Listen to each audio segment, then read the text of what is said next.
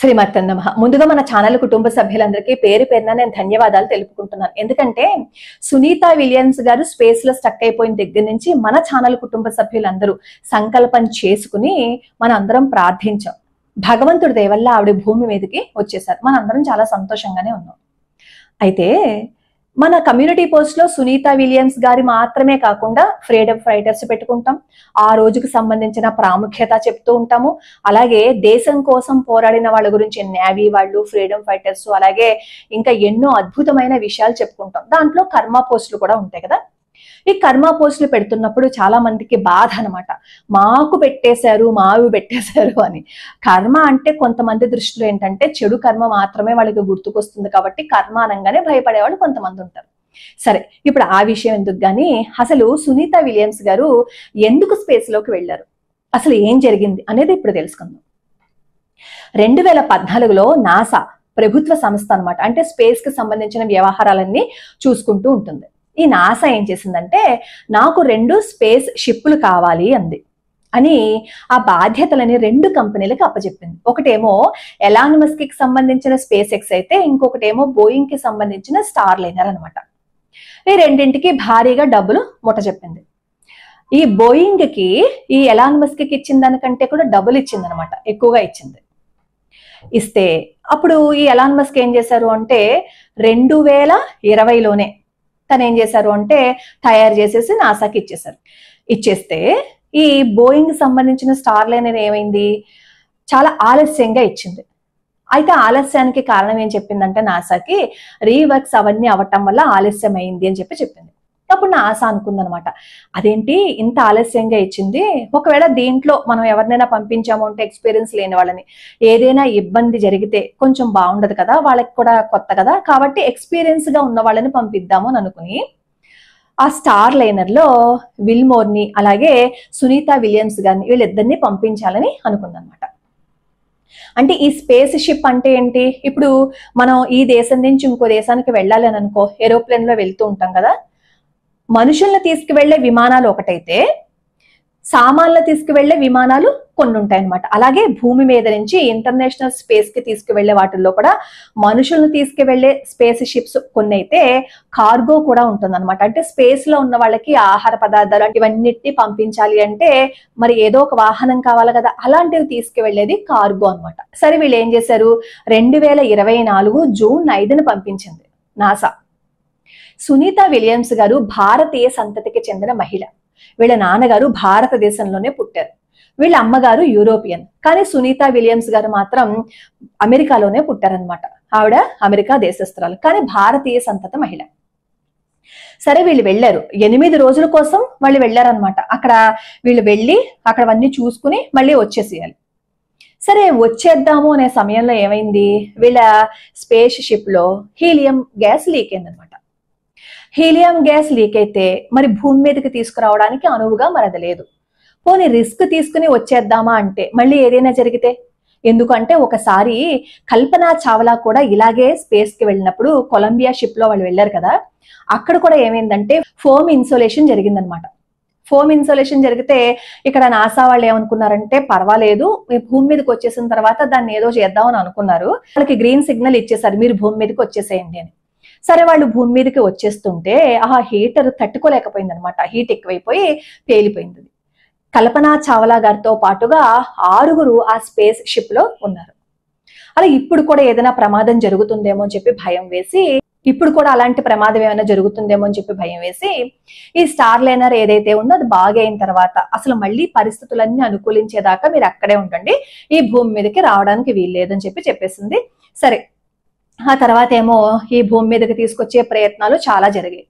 అందరు ఏమన్నారు అంటే ఆ సునీత విలియమ్స్ గారిని అక్కడే ఉంచేస్తారు, ఏదో కుట్ర జరుగుతోంది అని అన్నారు. అసలు కానీ ఏదైనా ఒక స్పేస్ షిప్ ని భూమి మీద నుంచి స్పేస్ లోకి పంపించాలి అంటే కొంత సమయం కావాలి కదా.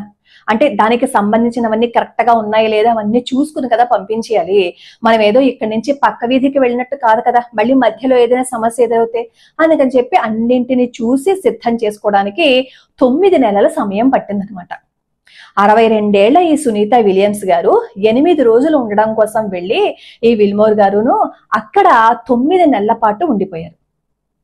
ఆ తర్వాత ఏమో ఈ ఎలాన్ మస్క్ కే మళ్ళీ అప్పచెప్పారు. ఈ ఎలాన్ మస్క్ కి సంబంధించిన ఈ క్యాప్సుల్, డ్రాగన్ క్యాప్సుల్ మళ్ళీ అక్కడికి వెళ్ళి మొన్న సునీత విలియమ్స్ గారిని తీసుకొచ్చింది. ఎలాన్ మస్క్ కి సంబంధించిన డ్రాగన్ క్యాప్సుల్ అన్నమాట తీసుకొచ్చింది భూమి మీదకి చాలా సురక్షితంగా. అయితే మనం అనుకుంటాం ఆ 9 నెలల పాటు ఉన్నారు కదా, వాళ్ళు ఎలా స్నానం చేస్తారు, మంచినీళ్ళు ఎలా తాగుతారు, ఫుడ్ ఎలాగా తింటారు అని. ఈ కార్గో తీసుకెళ్తుంది కదా, ఈ కార్గో తీసుకెళ్ళి కొన్నిటినే మాత్రమే తీసుకెళ్తుంది, అన్నిటిని తీసుకెళ్లేదు కదా. అక్కడ వాటర్ తాగాలంటేట వాళ్ళు ఏదైతే యూరినేట్ చేస్తారో దాన్నే మళ్ళీ రీసైకిల్ చేసి వాటర్ గా తీసుకుంటారు అనమాట. అలానే స్నానం చేయటం కూడా ఈ వెట్ క్లాత్స్ ఉంటాయి కదా దాంతో తుడుచుకోవటం. వాళ్ళు పడుకోవాలి అని అనుకున్నా మనలా పడుకోలేరు, ఇలాగా గోడకి ఆనుకుని ఇలా ఉండడమే. ఈ డీహైడ్రేటెడ్ ఫుడ్స్ నే వాళ్ళు అక్కడ తీసుకుంటారు అనమాట. అలా ఎన్నో క్లిష్ట పరిస్థితులను ఎదుర్కొంటూ ఎన్నింటినో తట్టుకుంటూ వాళ్ళు అక్కడ ఏవైనా మళ్ళీ అక్కడ ఇబ్బందులు ఏవైనా ఎదురవుతుంటే దాన్ని ఫేస్ చేస్తూ ఒక్క అడుగు అటు ఇటు పడకుండా ఎంత జాగ్రత్తగా ఉండాలో. అటు ఇటు ఏవైనా అయింది అంటే వాళ్ళు శూన్యంలోకి వెళ్ళిపోతారు. వాళ్ళకి అక్కడి నుంచి భూమి కనిపిస్తూనే ఉంటుంది, కానీ ఈ క్యాప్సుల్ పాడవటం వల్ల అక్కడి నుంచి వాళ్ళు భూమికి రాలేరు, భూమి కనిపిస్తూనే ఉంటుంది. ఈ విల్మోర్ గారు కూడా కుంభమేళా జరిగిందని అంతా అక్కడి నుంచి వీడియో తీసి దాన్ని అక్కడి నుంచి ఫొటోస్ కూడా పంపించారు కదా, అంతరిక్షం నుంచి ఎంత అద్భుతంగా కనిపించిందో అని. అలాంటి క్లిష్ట పరిస్థితుల్లో భగవంతుడి దయ వల్ల క్షేమంగా భూమి మీదకి వచ్చేసారు. అయితే సునీత విలియమ్స్ గారు చాలా సార్లు ఏం చెప్పేవారు అంటే, తను ఎక్కడికైనా వెళ్ళినప్పుడు, ముఖ్యంగా స్పేస్ కి వెళ్ళినప్పుడు ఈ ఒత్తిడిని తట్టుకోవటం కోసం తనతో పాటుగా ఈ వినాయకుడి విగ్రహాన్ని అలానే భగవద్గీతని తీసుకువెళ్లారనమాట. నేను ఒత్తిడికి బాగా గురవుతున్నప్పుడు భగవద్గీత నా దగ్గర ఉంటే, భగవద్గీతను నేను చదువుతూ ఉంటే నేను ఆ ఒత్తిడి నుంచి బయటపడతాను, నాకు చాలా అద్భుతంగా అది ఉపయోగపడింది అని చెప్పి ఆవిడ చెప్పారనమాట. మనకి ఒత్తిడి ఎక్కువగా ఉంటే భగవద్గీత దగ్గర ఉంటే సరిపోతుందా అని. భగవద్గీత దగ్గర ఉండి భగవద్గీతను చదివితే సరిపోదు, భగవద్గీతని ఆచరించాలి. భగవద్గీతలో కృష్ణ పరమాత్మ ఏదైతే స్థితప్రజ్ఞత చెప్పారో, ఏదైతే కర్తవ్యాన్ని, ఏదైతే ఆ బాధ్యతలను చెప్పారో ఆ వాటన్నింటినీ మనం పాటించాలి. కృష్ణ పరమాత్మ అందులోనూ కర్మయోగం చెప్పారు కదా భగవద్గీతలో. వీటన్నింటినీ పాటించినప్పుడే భగవద్గీత మన దగ్గర ఉన్న, భగవద్గీత మనం చదివిన ఫలితం ఉంటుందన్నమాట. ఇప్పుడు 8 రోజుల కోసం వెళ్ళిన ఆవిడ అన్ని రోజులు అక్కడ ఉండేటప్పుడు డిప్రెషన్ కి వెళ్ళలేదు, అలా అని అగ్రెసివ్ గా ఇన్ని రోజుల కోసం తీసుకొచ్చారు, నేను ఇన్ని రోజులు ఉండిపోవలసి వచ్చింది ఏంటని ధూమ్ ధామని ఎగరలేదు. చాలా బ్యాలెన్స్డ్ గా అన్నింటినీ సముదాయించుకుని అక్కడ వాళ్ళ కుటుంబ సభ్యులకు కూడా అన్ని సర్ది చెప్పుకుంటూ ఎంత బ్యాలెన్స్డ్ గా ఉన్నారో. అంటే భగవద్గీతను వంట పట్టించుకోవడం అంటే, భగవద్గీతను చదవడము అంటే ఏంటి అంటే అర్థం, భగవద్గీతలో కృష్ణ పరమాత్మ ఏం చెప్పారో దాన్ని మనం పాటించడం అనమాట, ఆచరించి చూపించారు ఈ సునీత విలియమ్స్ గారు. ఎక్కడ ఏ బ్యాలెన్స్ ని కోల్పోలేదు. మనం కూడా సునీత విలియమ్స్ గారిని చూసి నేర్చుకోవాల్సింది ఏంటంటే, క్లిష్ట పరిస్థితుల్లో, అనుకోని పరిస్థితుల్లో, అసలు భూమి మీద నుంచి ఆవిడ స్పేస్ కి వెళ్ళేటప్పుడు 8 రోజుల్లో తిరిగి వచ్చేస్తాము అని చెప్పి తన మైండ్ ని సిద్ధం చేసుకున్నారు. కానీ అనుకోని పరిస్థితుల్లో 9 నెలలు అక్కడ ఉండిపోవాల్సి వచ్చింది. అనుకోకుండా జరిగిన పరిణామానికి ఆవిడ బాధపడలేదు, భయపడలేదు, చాలా ధైర్యంగా ఆ పరిస్థితులని ఎదుర్కొన్నారనమాట. జీవితంలో ఎన్నో సమస్యలు ఎదురవుతూ ఉంటాయి, వాటన్నింటినీ సమర్థవంతంగా ఎదుర్కోగలిగితే జీవితంలో విజయం మనదే అని సునీత విలియమ్స్ గారి జీవితం మనకి ఎదురుగుండా కనపడుతుంది. అప్పుడు మీరు వెంటనే అంటారు, జీవితంలో అన్ని సాధించింది సునీత విలియమ్స్ గారేనా అని. ఇప్పుడు ఈ టాపిక్ జరుగుతోంది కాబట్టి ఎగ్జాంపులరీగా సునీత విలియమ్స్ గారిని తీసుకున్నాం. రేపొద్దున్న ఇంకొక రోజు ఎవరైనా అద్భుతం చేశారు అని అనుకోండి, వాళ్ళ గురించి చెప్పుకుంటాం అంతే తప్ప సునీత విలియమ్స్ గారి వాళ్ళ నాన్నగారు బ్రాహ్మణ అని కుల పిచ్చితో మాత్రం నేను ఈ వీడియో చేయలేదు, కుల పిచ్చితో మాత్రం నేను కమ్యూనిటీ పోస్టులు పెట్టలేదు, కుల పిచ్చితో మాత్రం సునీత విలియమ్స్ గారిని ఆకాశానికి నేను ఎత్తట్లేదు, అది మాత్రం గ్రహించండి. ఎందుకంటే నాకు సునీత విలియమ్స్ గారి వాళ్ళ నాన్నగారు బ్రాహ్మణ ఇవన్నీ నాకు తెలియదు.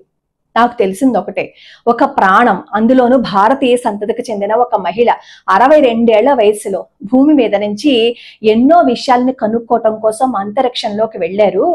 ఆ కుటుంబం ఎంత బాధపడుతోందో, ఆవిడ పరిస్థితి ఎలా ఉందో అదొక్కటే నా మనసులో ఉంది. అదొక్కటే నేను సునీత విలియమ్స్ గారి గురించి ప్రార్థించేలా చేసింది. అదొక్కటే మన ఛానల్ కుటుంబ సభ్యులందరినీ అర్థించేలా చేసింది. లోకా సమస్తా సుఖినో భవంతు, సర్వే జనా సుఖినో భవంతు.